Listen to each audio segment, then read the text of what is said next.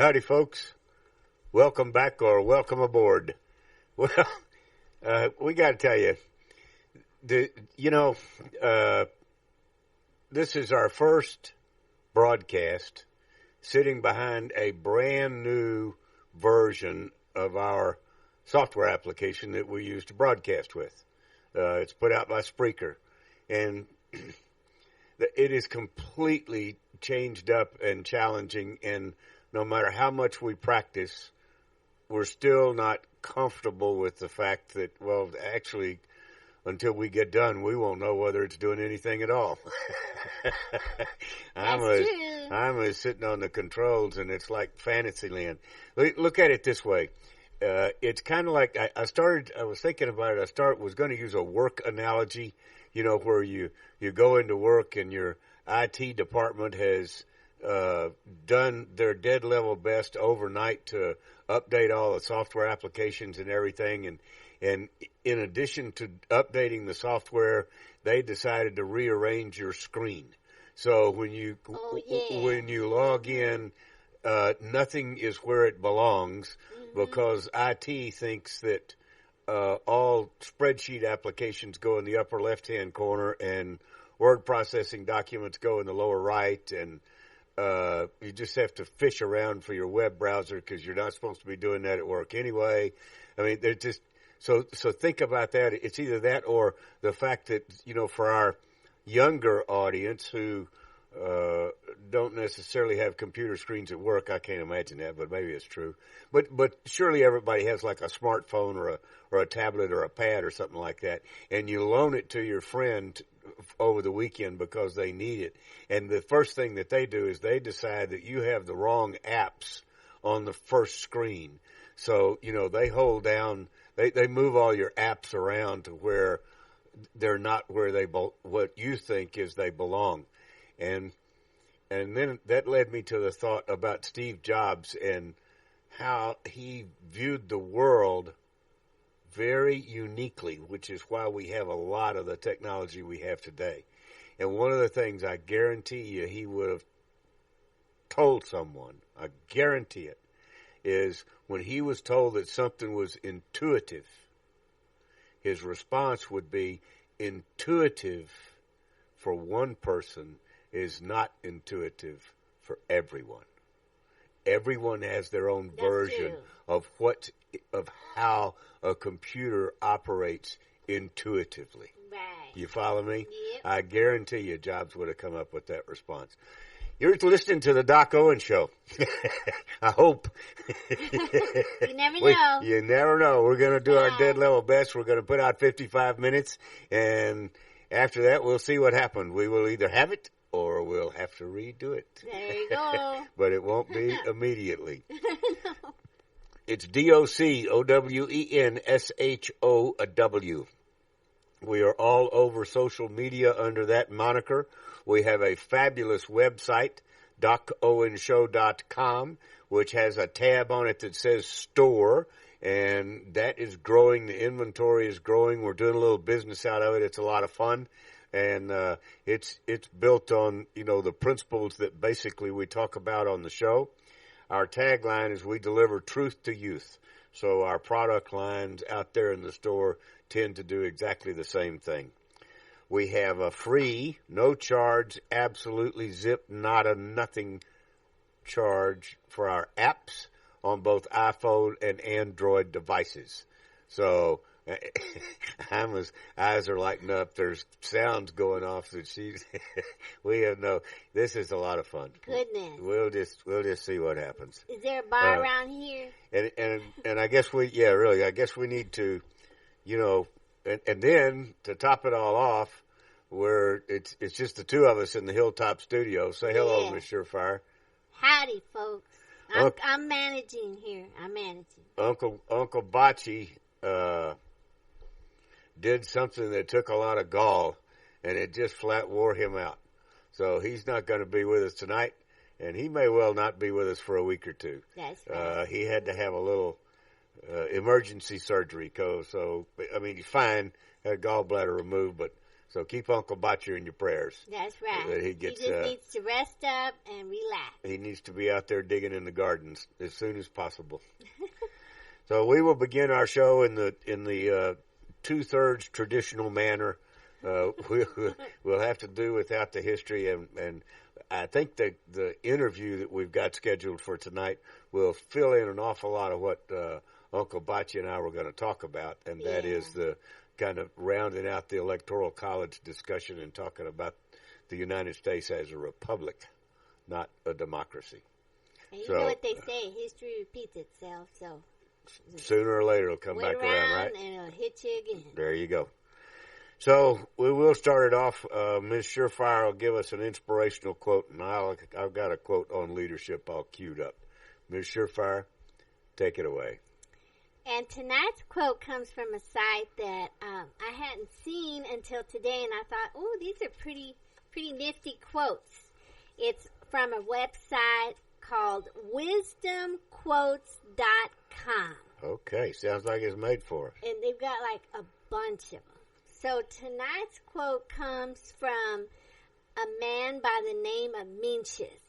And no, I'm not talking about the Chinese restaurant in the San Antonio Medical Center area. Not that Mencius. Okay. He was a Chinese philosopher. He was considered the second sage to Confucius. So you might want to ask, what's sage? No, it's not the herb. It's someone who has attained wisdom. There you go. Yeah.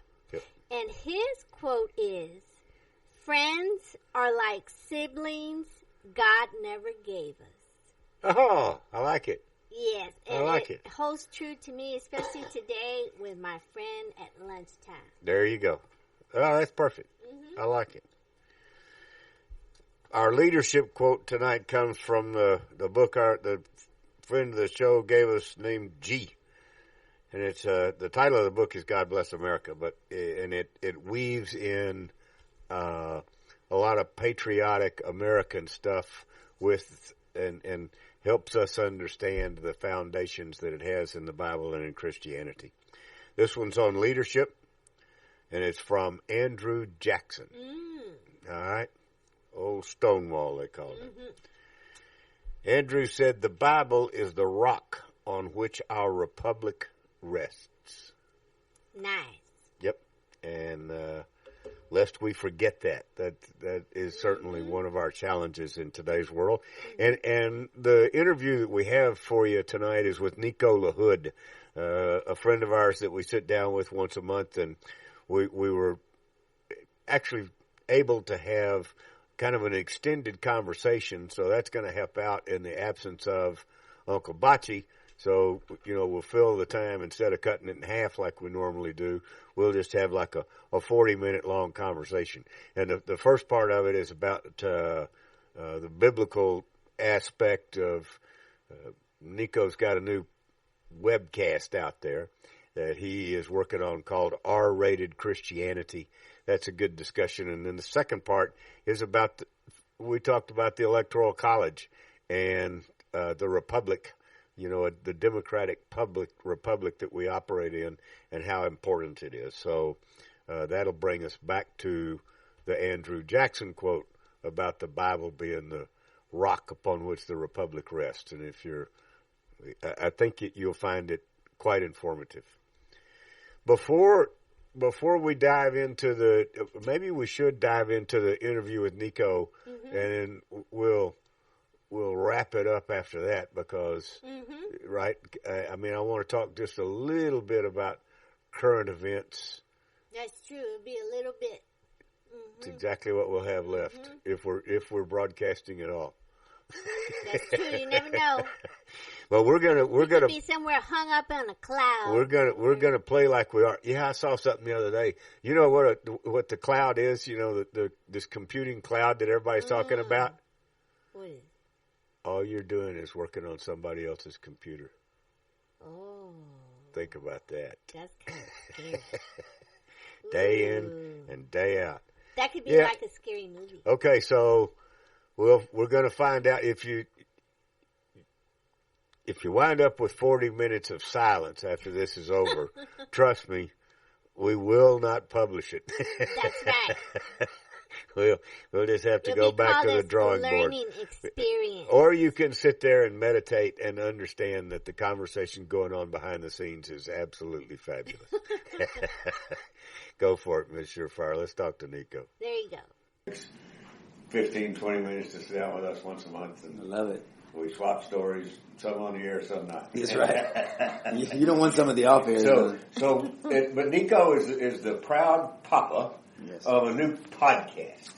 It is called. We mentioned it in the last show, right? That it was coming, and it has now been there. Right. I have a bone to pick with you about it. Yeah, come on, let's talk it out in a minute. And he hasn't even told me about his bone. See all the smiles and hugs, and then he wants to get. I got a bone with you. How about that? No, I'm teasing. Probably do. Well, but I was corrected because I'm technologically challenged. It is officially right now a webcast, not a podcast. Exactly. It's going to be a podcast soon. So someone's working on the iTunes or whatever tunes. But we'll tell you how okay. But it's on. Well, it's someone's on working. Facebook. It's on Facebook. R-rated Christianity. R-rated Christianity. Okay. And it's on Facebook, so it's not too R-rated. Facebook will let you do it if you check the explicit language box. That's out of my pay grade. So hopefully, I'll talk to the person that's helping us out with that. I'm sure they did, or if that's your audience of your first one. I mean, Nico's explained it to us. I think we talked about it last time and it was on the air, but just to refresh everybody's memory and check mine, he sort of couches the language with the audience. In other words, you don't play, soft petunia pedals with a bunch of convicts or ex-cons. Well, I don't even call them that. Formerly incarcerated people, right? Okay, good, thank you. So you'll never live beyond what you believe. The reason I never did what you did is because of political correctness. Well, I'm not politically correct. I'm just accurate. There's a difference. I'm not. I always tell people I'm BC, not PC. Biblically correct, not politically correct. Okay, I'll go for And being BC is not PC sometimes. It's not. So I take it even further. It's not just about political correctness. It's about biblical correctness for me. That's my worldview. If somebody is Islamic, they want to follow the Quran, the Hadith, and the Sirah. If someone is Hindu, they're going to listen to the Vedas or whatever. And same with Buddhism or whatever it is, whatever your worldview is, there's going to be some type of guidance, owner manual, somebody that is setting the foundation, the principles you follow. So for me, with a man that has a biblical Christian worldview, then I have to be able to defend why I believe that way. And so that's the whole essence of this podcast. Okay. To go to your first point, R-rated Christianity. We live in an R-rated world. We're going to talk tonight, by the way, if you like numbers, which I know you do. Yes. The statistics for Christians and for the Christian community should be alarming. Yes. In 7 years, Christianity has gone down from 78% to 70%. These are rough numbers. George will give you the specifics tonight. He's going to be our resident scholar. He's a neat guy, and I'll talk a little bit about him in a second. But so in that 70%, down over 8% in less than 7 years. And that was 5 years ago. That's so scary. So who knows what it is now? Yeah. In that 70%. It's an accelerated rate. Well, probably. But in that 70%, only some argue 14%. If you're being generous, it's 19 or less than 20% believe in a biblical worldview. What the hell are we doing, man? I mean, think about it. Think about what I'm saying. So I profess to be a Christian. I get my faith and I work on my relationship with Christ, reading, understanding, training in, studying the Bible, Old and New Testament. And you should do that responsibly under someone that knows what the hell they're doing. Yes. And so even though I read the Bible, I claim to believe the Bible, I claim to be a follower of Jesus Christ, I don't want to follow what the Bible says. Then what the hell are you doing? Then what are we doing? So it's concerning. So now let's couple that with another statistic. 75 to 80% of young people that go to college with the label of a Christian, I'm not talking an atheist or anybody else, a label as I'm going to college as a Christian, yes, walk away from the Christian worldview within 1 year of being assaulted in college. So what I say... While they're in college, not 1 year after graduation? No, 1 year of being in college, like exactly. Their first year. Good distinction. Yes, that's what I meant. Yeah. So within a year of being there, their freshman year, they're saying, screw you, man, yep, done. And then, so me, I have to say, I came the other way. I grew up religious or in a certain denomination. I won't say it now because I'm not trying to call anything out. But I was never taught to have a relationship with Christ. It was about a bunch of rules. Yes. And as I said last week on the podcast, rules without relationship breeds rebellion. Right. And I was the telltale sign. I was the poster boy for that. And so I came to Christ out of tremendous pain, asking a lot of questions, pissed off. Mm-hmm. I told him at times to go F himself. I mean, I was pissed. He's not freaking out over me. He knows. But it was so I came to him a very different way, and I was looking for Christianity not to be true. Because I'm angry. Because how could a good God allow my brother to be murdered? What do we do to deserve? The question why? The Job question that some people don't understand. That the book of Job was really a test for God. God's character is on trial there. It's not Job's faithfulness. It's a whole different assessment on that. But I'll regress. Well, I'll talk about that on the podcast at some point. But so for me, I was pissed off. I was angry. And I thought Christians were a bunch of fake-ass people. I did. I mean, bottom line. Because they were. I mean, when you look at these numbers... You were absolutely correct. I was correct. I don't want to paint with a broad brush. There are some sincere, God-loving, Jesus-following, prayer warriors that live it out. So please, let me be very clear for that.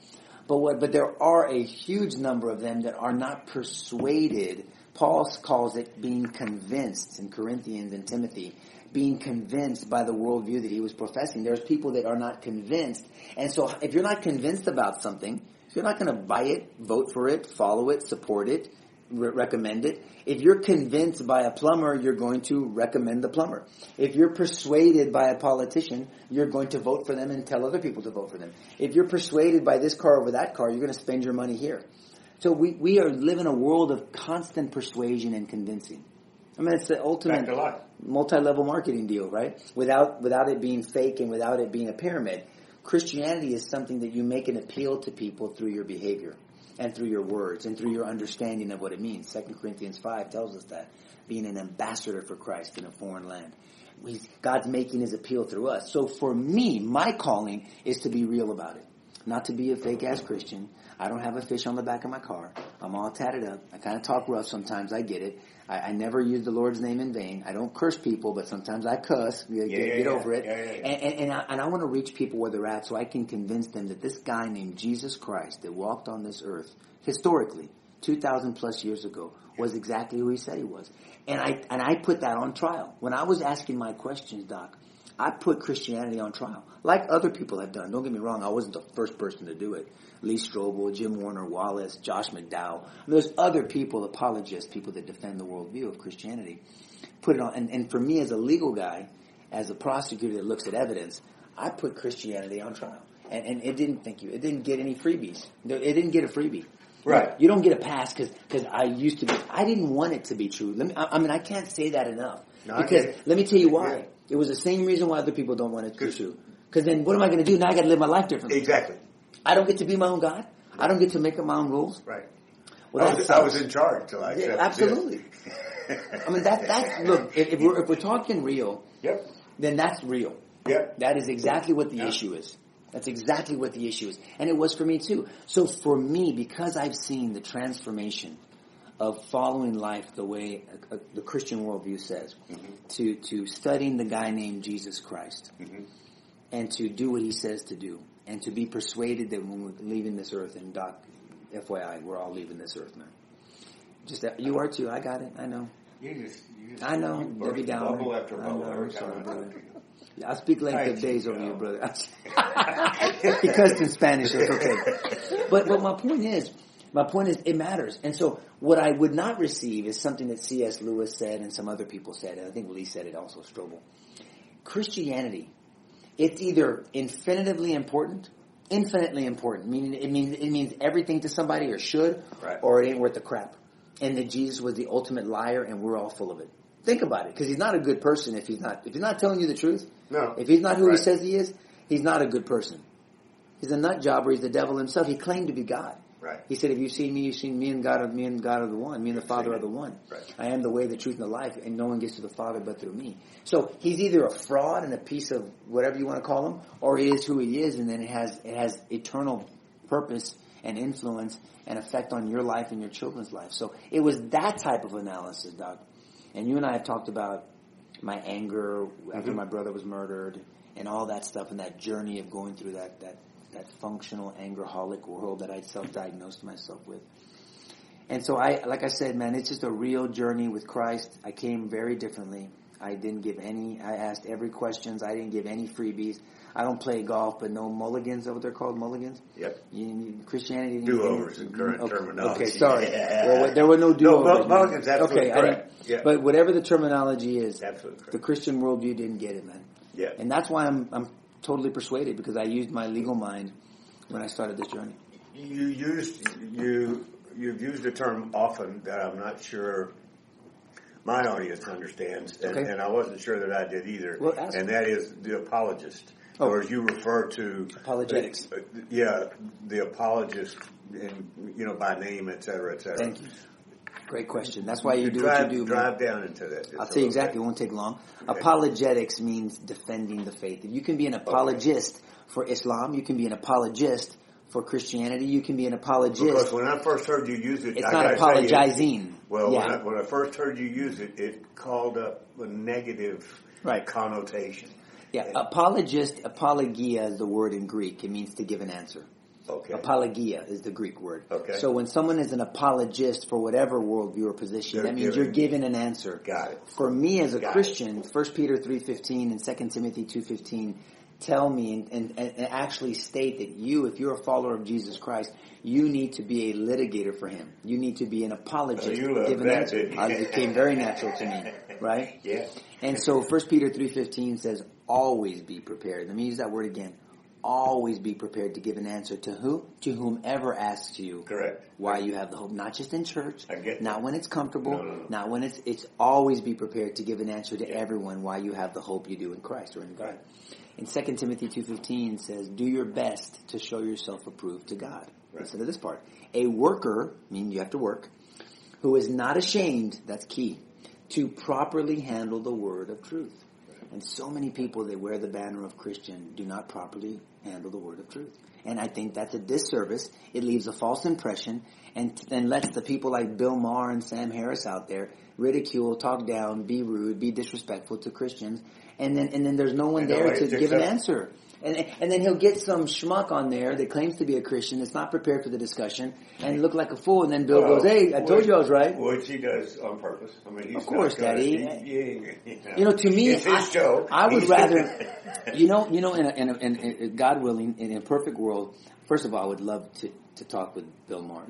I would love to. Man, absolutely. Not to put him in his place, just a reason. Have a conversation. I would love to have a conversation. There are some things he's not unreasonable about. I agree with him on 3 issues only, but yes, you're right. Well, I mean, but he kind of comes and goes every once in a while. I don't watch him because I don't watch television. Yeah. But I mean, there are some things that he's fairly lucid on.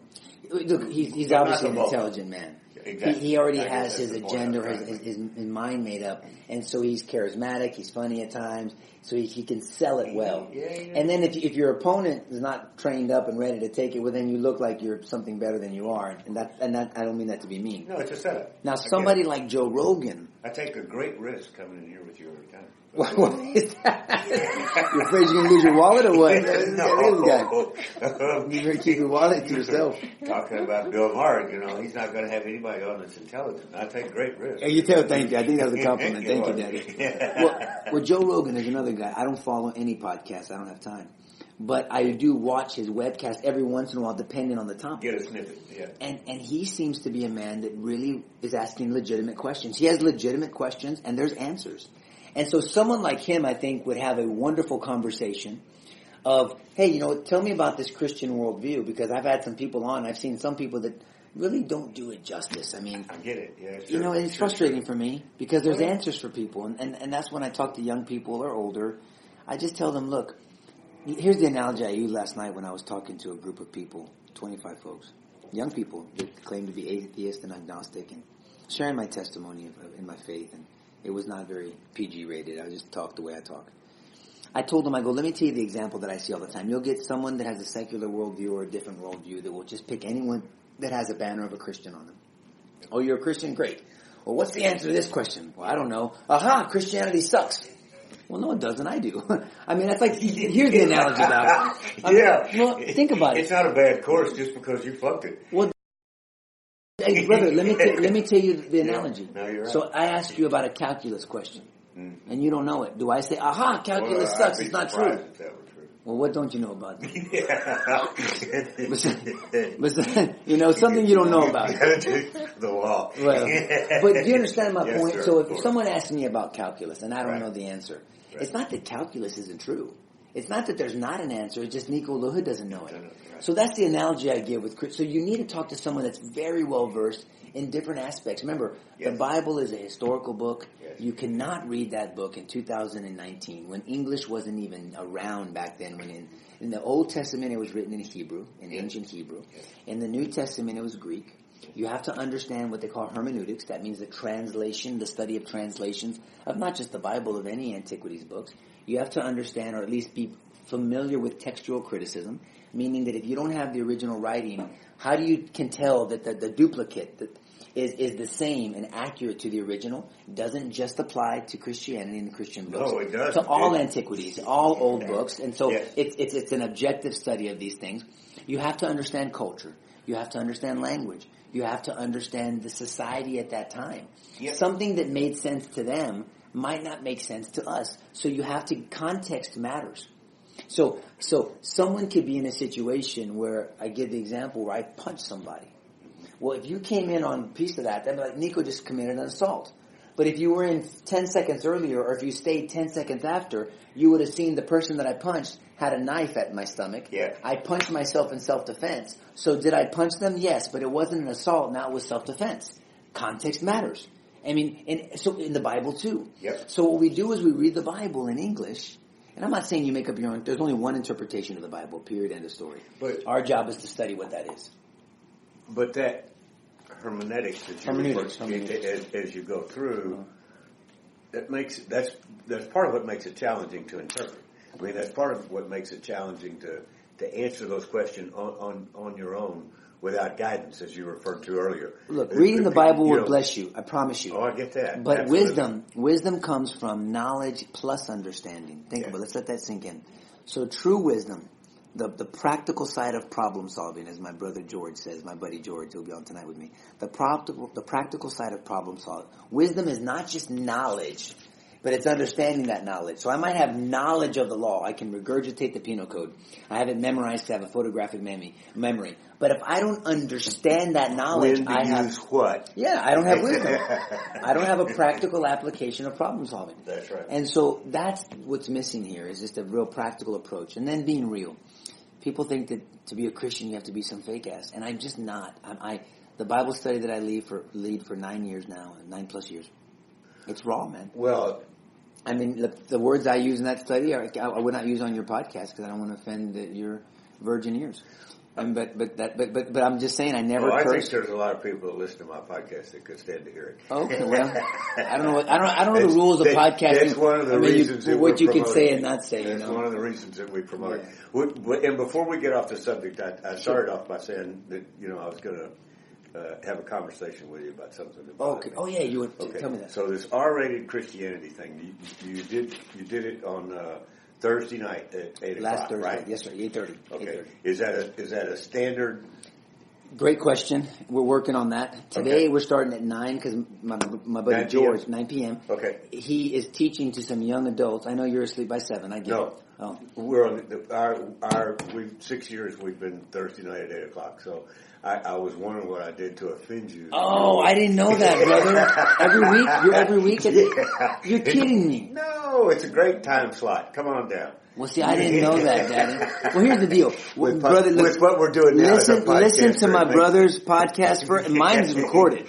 So you come watch me at... We're doing the same thing. You're 8:30, right? You're 8:30? 8 o'clock. 8 to what? 9. Well, we usually start at 8:30. So listen to my brother here. And I always complain about the Spurs having their games on Thursday night. Surely they knew. I had no idea. Of course you didn't. Yeah, it doesn't make any difference because 90% of our audience listens to it as a podcast. As a guy after. After. They have no idea when the live is, Well, yeah. nor do they care. Yeah. Just like yours when you were talking about 3 and 7. Yeah, 3 and 7. That's the beauty of what we're doing is it lives for a long time. I'll tell you, Doc, it is a beauty. I just had to take. Thank you for busting my balls on that deal. Well, I'll tell you, the beautiful thing for me is when I get messages of transformation over the years. When someone says, I'm a better husband, I'm a better daddy, I'm a better employee, I'm a better employer, I've overcome this challenge, here's my new identity, I was formerly incarcerated, and so, I mean, the Bible study that we've been facilitating, George and I, for 9+ years, we have a former Aryan Brotherhood, former incarcerated people, doctors, lawyers, Uber drivers, employers, employees, business owners, and all these vast diversity of people are all there to listen to this, about this guy named Jesus. And how to practically implement what he taught to be real. Not to be a fake ass, to be a real, authentic, bold, courageous, humble, meek.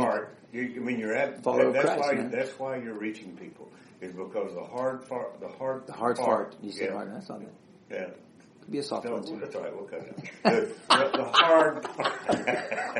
The hard part for most people, right, is getting this Jesus, this God thing, all the way internalized. Amen. So it becomes part of you.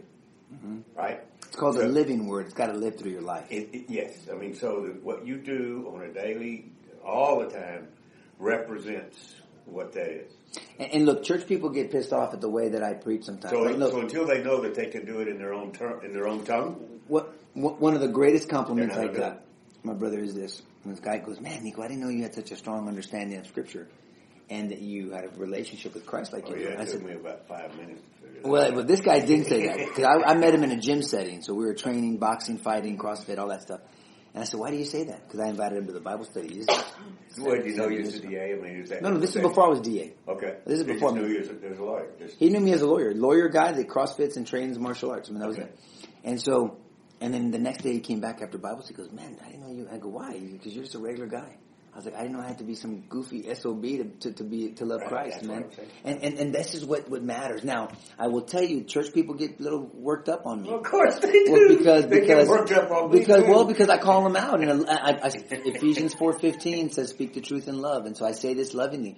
We need the pulpits on board. And I get into these discussions. And if you go back and watch the first podcast, I get into this discussion of Ephesians 4:29 and what it really means and what unwholesome means and what does it mean and the language that was used at different times and cuss. And I'm not listen, Doc. No. I am not advocating to cuss. I'm just saying Scripture says to consider your audience.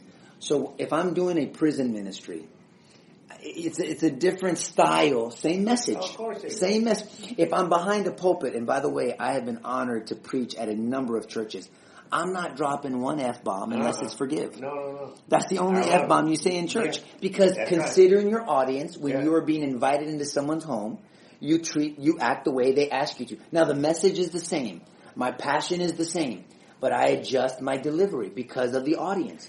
Now, on this podcast, I'm not going to talk like I do in a prison ministry or to 45 to 55 men every Wednesday morning. But I'm also not going to talk like I'm behind a pulpit because I'm not. I'm in this space of a conversation, and I want it to be authentic. The message is the same. And the message is always the same, but I'm going to use this real, authentic style that I can back everything I do, and you know I can biblically. Yes, sir.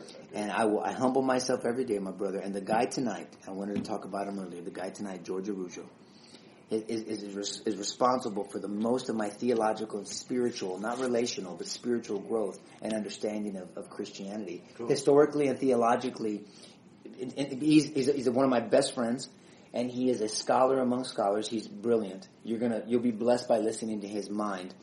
Most people Google things. I Arujo things. You know, I just call him and I got a question. I lost mine, so I know exactly where you're coming from. You know what I mean, brother? Exactly. You had a friend like that too? Yes, sir. Well, and I miss calling him.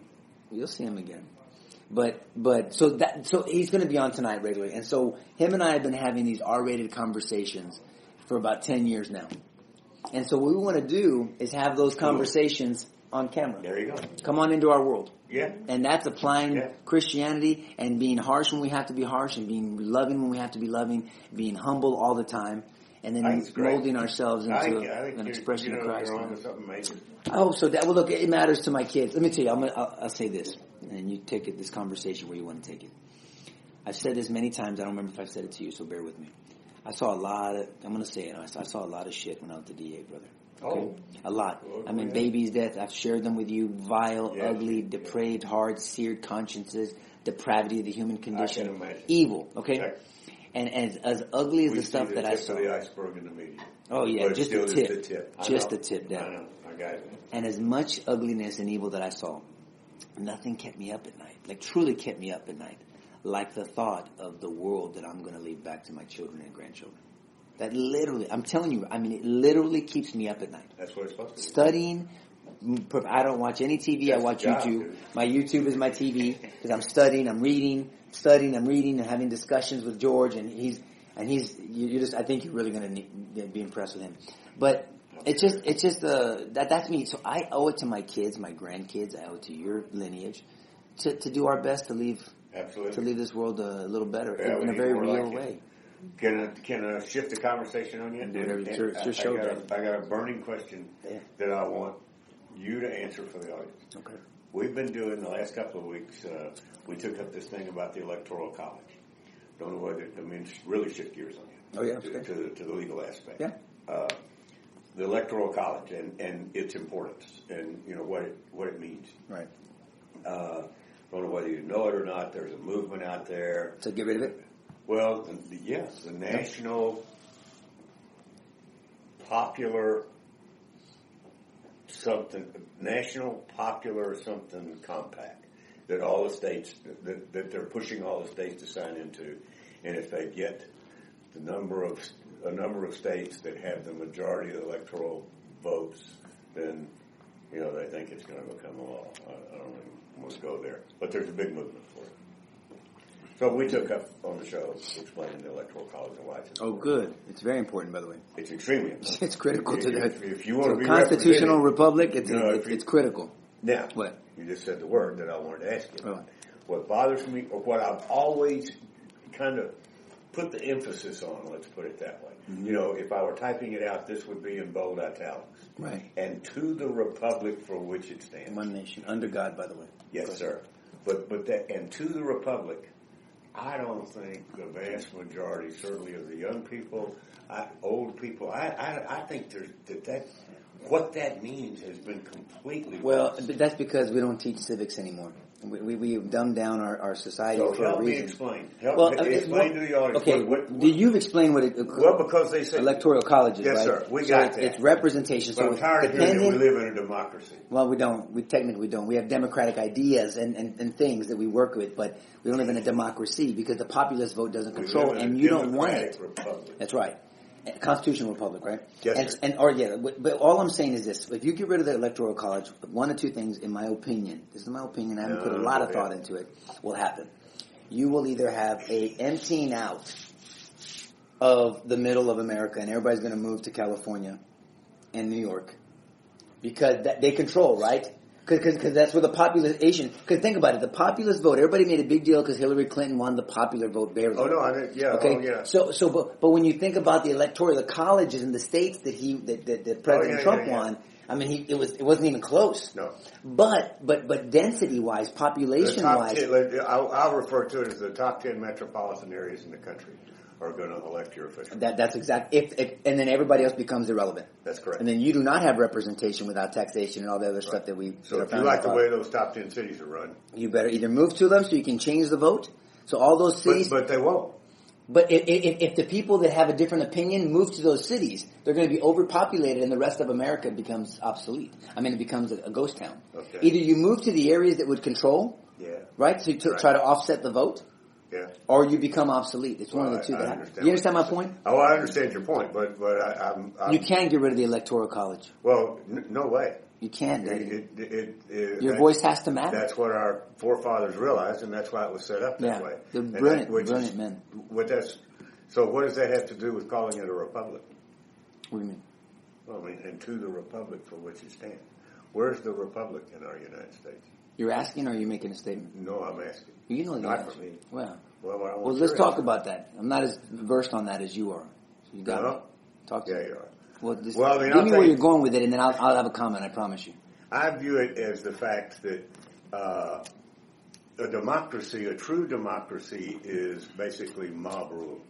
There's no definition to it. Just like you're saying, it's the majority, not mob rule. Let's call it majority rules, right? And that's what we're talking about. Sheer numbers. Eliminating or overcome. We don't eliminate it, but we overcome it. We control it with the way the Electoral College is set up. So my view of the republic is the states. In other words, as we put the states together into this thing called the United States, now we have a republic versus a true democracy. I see what you're saying. You're right. No, I got it. Yeah. Make sense? There's a guy out there named David Barton. I'm sure you know who he is. I do know who he is. He's never met him, but he's phenomenal. I have met him. I've been blessed to meet him. He's a super nice guy. Humble as the day is long, man. Yep. Look, he comes across that way. He's exactly the way he comes across. He knows his stuff. Knows his stuff. He has over 100. I've been to his museum. Oh, okay. He has over 100,000 original documents of our founding government in this country. That's his life. It's phenomenal, and we need to be taught that. Let me tell you what he said. This is a side note. Sorry, I'm digressing. He gave me this booklet. It was the 8th grade exit exam. Oh, yeah. I told you about that last time, didn't I? Or no? No, but I you know where about you're going. Yes, sir. It was the 8th grade, listen to me, exit exam from 1920 and before. Not that long ago. Yeah, 100 years ago, right? Yeah. And I'm telling you, I looked through it and I said, what the hell is this, David? And he said, that's the 8th grade. Everyone had to pass that. I said, there's no way. I go, I have a JD, which doesn't mean crack. Because schmucks have JDs. But I'm just telling you, there's schmucks for PhDs too. Well, I know. It works everywhere. Right? Stupidity has got, you can get a master's in stupidity. Right. Well, I said, this is insane. He said the age of adolescence ended at 13 back then. Mm-hmm. Now it ends at like 33 because you have a job and you have a house by that age. Yeah. But at 13, you got into your profession. You were being apprenticed. You were being apprenticed. You were starting to learn your craft. Yeah. But you were educated. I mean, that test, he said they give it to PhD students. He didn't say this word, for shits and grins. That's what he meant to say. And he says it's a joke how many people can't pass it. Nobody. Yeah. It's insane. But that just tells you that we were educated. We were so educated back then. So our founding fathers wanted an educated father and a moral and educated citizen. Well, it's the whole thing is the whole thing is based on that. I mean, that's the whole deal. We just have to have conversation. And so my hope, going back, by having these conversations of real, authentic, and R-rated conversations, and encourage people to have R-rated prayers with God, not disrespectful prayers. I mean, God is never going to say, what did you say? What did you do? I didn't know that. Trust me, he knows. Sure. When I mean R-rated, just being authentic. I'm not saying be disrespectful. I'm saying you show respect and reverence to your daddy if you accept him as that. But just have these conversations. He's not freaking out over us. He designed this. There are times when and then we get into this discussion. You may not like. What? There are times when I start a prayer, silently, right? With you may not like my language. Oh, he's not freaking out over it. That's more for me. Yeah, you're giving him a heads up. I'm going to vent. Dude. I'm going to vent. And I'll start it with, dude, we need to talk. Oh, man. I do that in church. I mean, I'll talk like that in church when you're talking about that. I give them the same level, some folks that are in church, the same level of angst that you do, I'm sure. I do it from a wise cracker point of view. Yeah, well, here's the deal. It's not that I'm trying to put anybody in their place. That's right. I'm just going to be real. What people are tired of in politics and in the church, they're tired of the show. Yep. And I tell people, and I've said it on many times I talk, we need to stop playing church and start being the church. Right? Nice. Forget that. I don't need another energy drink sermon. I want a sermon that brings healing to my soul, my mind, will, and emotion. Don't pump me up. And I do that 5-hour energy, and then I go out there, and then it wears off, and then I have this big crash. Challenge. That's what happens. That's the ebb and flow. Through that process of challenge. Well, then you have true transformation. Then it's not a Band-Aid. There's healing. No. And I've experienced it, and I've seen it. But people have to understand it. They have all these preconceived notions that are wrong, and it's a shame. Including Bill Maher. Tag him on this crap, man. Let him know I'd have a I will conversation. tag. Oh, you're learning the language. Is that tag, right? Yeah, you're learning the language. Back in my day, that means you tag somebody with which your is fist. short for hashtag. Okay, I don't know that one. Okay, I don't know that one yet. Well, I mean, I got It's right you. here. It's a pound sign. When they told you hit the pound sign on the phone when you were learning to use I remember that one. Okay, that's what. Okay. Well, It's now been transformed to being a hashtag and shortened in the lingo. Well, see, but in context, when you were a young boy, it didn't mean that. Context changes, right? Based off society. Like to my pop, I've given you this example. There was a pound sign on the phone. But there was no social media back then. It was I know. zero. You had to go. I remember all the way around. First, you had to ask everybody else to get off of the line. Brother. So you could make the call. Well, my pop, for some people, at some point, 911 was just 911. Yeah. And then at some point in our society, it became an emergency. Yeah. Then at some point in the society, it became 911, the Twin Towers. Right. It's still just a 9 next to a 1 next to a 1. Right. But depending on the context and the social construct at the time, Yep. that it changed. What does it mean to you? No difference. Well, not just to me, to society. No, but what I'm I saying is mean, we have to do that same analysis. Artificial you. Right. Okay, I got you. Yeah. We have to do that same analysis in the Bible if we really want to understand it. Oh, it's no different. We did it when we first started out, and then we'll call it a day. We did a series of shows because I went back. My target audience still is always millennials. So I had to figure out, okay, it got their age group and figure out where they were on 9/11, the terrorist attack. Mm-hmm. Okay, to see if I could put that into a category, you know. The same turning point for me. What is millennials? 18 to what? It's like 16 to 26. You know, right in that. What am I? What's my generation? I'm 46. Nobody knows. Okay. You don't even have one. No, his is dust. There's so much. There's so few of us left. The dust. It's just we call ourselves Bubba. I'm sorry, I Bubba and the boys. It's all good.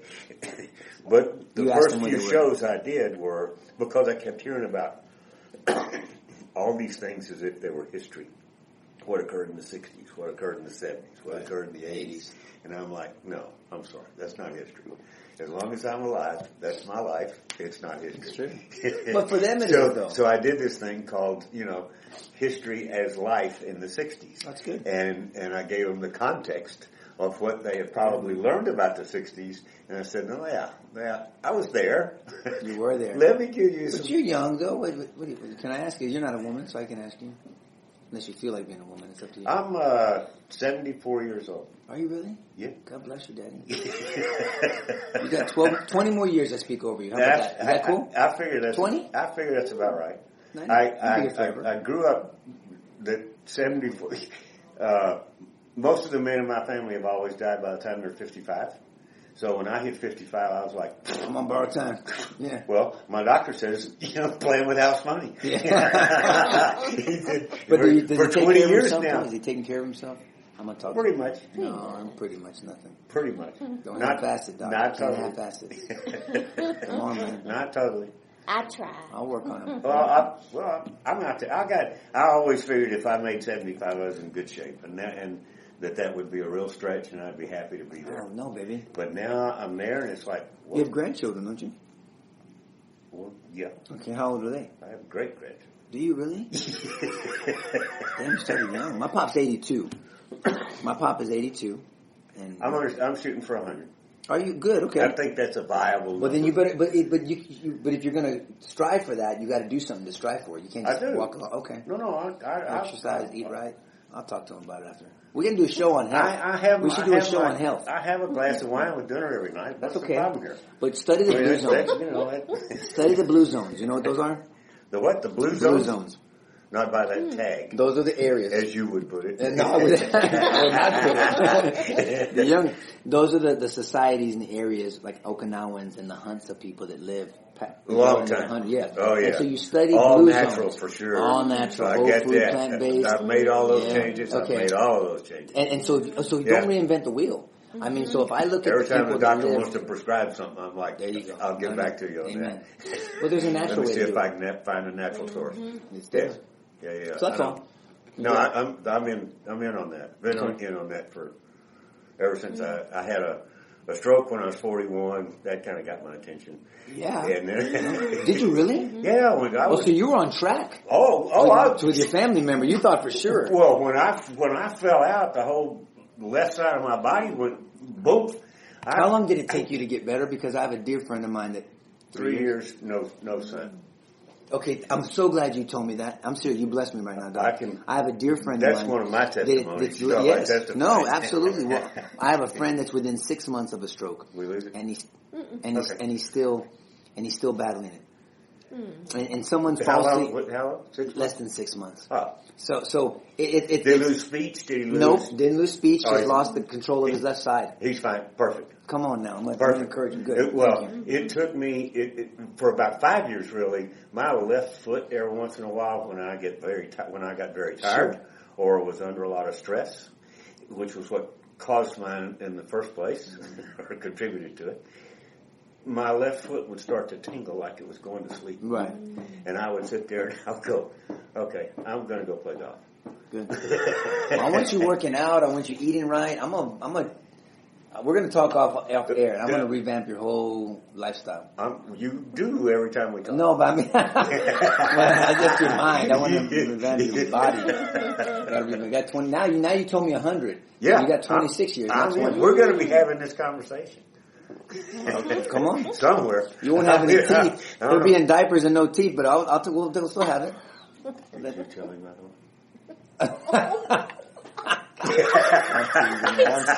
I'm teasing. It's okay. You don't have to brush them. No.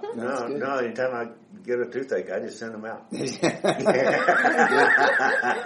I love it, brother. Let's call it a day, man. Okay, my man. Thank you, Mr. Lahood. Thank you, sir. I really appreciate it. Thank you. God bless you guys. See you next time. There you go. He's probably as I'm gonna put it in her very opening inspirational note. He's probably the youngest sage that I have ever known. He's a very wise young man. That's true. That's a good point. Is that a good, bring it full circle? Yep. Well, I've got like 3 minutes or something like that left. Actually, I just got the 2 minute sign. So more or less, that's not a lot of current events to discuss. All I will tell the audience is pay very close attention.